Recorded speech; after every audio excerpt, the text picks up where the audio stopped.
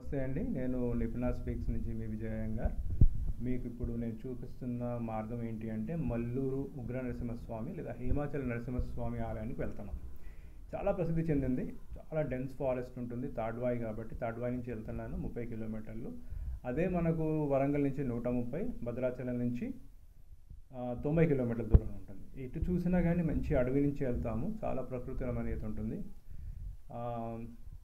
ఈ state highway లాగా ఉంటుంది, దీంట్లో వెళ్దాము. అంతకుముందు కొంచెం ఉగ్ర నరసింహస్వామి గురించి తెలుసుకుందాం. ఈ విగ్రహం కనీసం 10 అడుగులు ఎత్తుంటుంది. ఇక్కడ సగభాగం ఏంటి అంటే మానవ శరీరము, మిగతా భాగం సింహ శరీరము, తెలిసిన విషయమే. అయితే ఇందులో ప్రత్యేకత ఏంటి అంటే చాలా మెత్తటి స్వామివారి రూపం ఉంటుంది, ముట్టుకుంటే చాలా మెత్తగా ఉంటుంది. బొడ్డు కింద భాగంలో నుంచి మనకు చందనం తీసిస్తారు, చెమట పడుతుంది అంటారు, అలాగే రోమాలు కూడా ఉంటాయి. ఇక్కడి నుంచి మనకు చూస్తూ ఉంటే బాగా ఫారెస్ట్ బాగా ఉంది, డెన్స్గానే ఉంటుంది. ఇక్కడ మనకు కుడివైపును తిరిగితే మనకి తోరణం కనిపిస్తుంది మల్లూరు ఉగ్ర నరసింహస్వామి యొక్క ఆలయానికి. ఇక్కడ నుంచి ఒక 3 కిలోమీటర్ల లోపలికి వెళ్ళామా మనకు గుడిని చేరుకుంటాము. ఎక్కువ కూడా ఏమీ జనాలు ఎక్కువ కనిపించరు. ఇంకో ప్రత్యేకత ఏంటి అంటే ఇక్కడ 60 అడుగుల ఎత్తున మనకు ధ్వజస్తంభం ఉంటుంది. ఒకసారి లోపలికి వెళ్ళిన తర్వాత అక్కడి నుంచి మీకు ఎలా ఉంది అనేది చూపిస్తాను. చాలా అద్భుతంగా ఉంది. మీకు ఇంకా నేను ఎక్కవలసింది చూపిస్తున్నాను. నేను ప్యాంటు షర్ట్ వేసుకొని రావడం వల్ల ఇంకా లోపలికి వెళ్ళలేదు. పంచ కండువా తప్పనిసరి. మనం వెళ్ళే ముందు మనకు అక్కడ రాజీవ్ శర్మ గారు ఉన్నారు, పురోహితులు. ఆయనతో మాట్లాడాను. ఆయనతో పాటు మనం కొంచెం గర్భాలయంలోకి వెళ్ళి దర్శనం చేసుకోవచ్చు.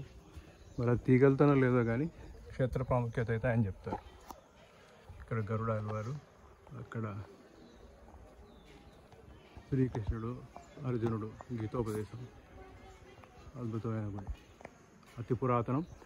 నాకు తెలిసి ఇక్కడ హిమాచలంలో స్వామి మెత్తటి విగ్రహము, చెమట పడుతుందంటారు, రోమాలు కూడా ఉంటాయి. అవన్నీ చూడొచ్చు. మరి ఇప్పుడు తీనిస్తారో తీనిరో తెలీదు.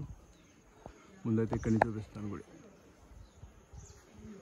హిమాచల లక్ష్మీ నరసింహస్వామి.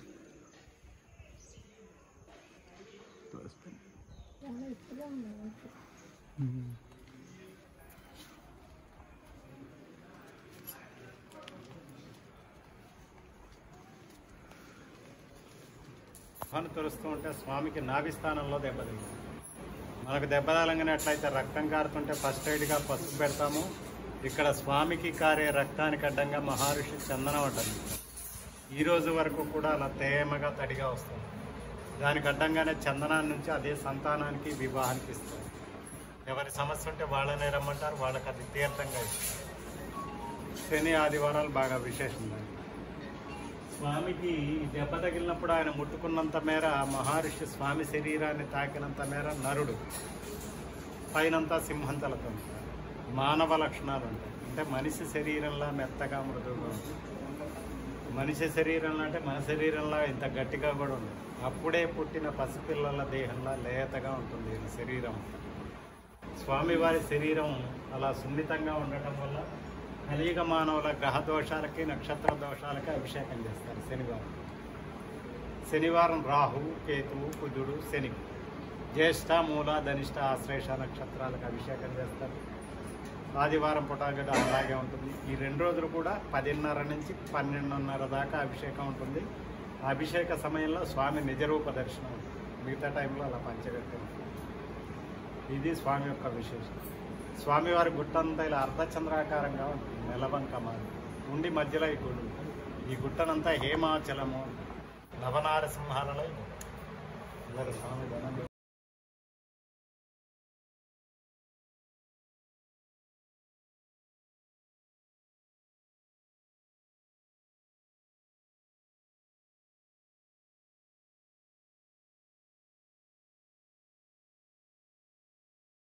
ఆంజనేయ స్వామి కూడా ఉంటారు. ఈ నీళ్లు అమృత ద్వారా చాలా రకాల రోగాలను నయం చేసే ఔషధాల నిలయం. ఎందుకంటే ఎక్కడో కొండ ప్రాంతంలో నుంచి, అడవుల్లో నుంచి వచ్చిన నీరు ఉంటుంది.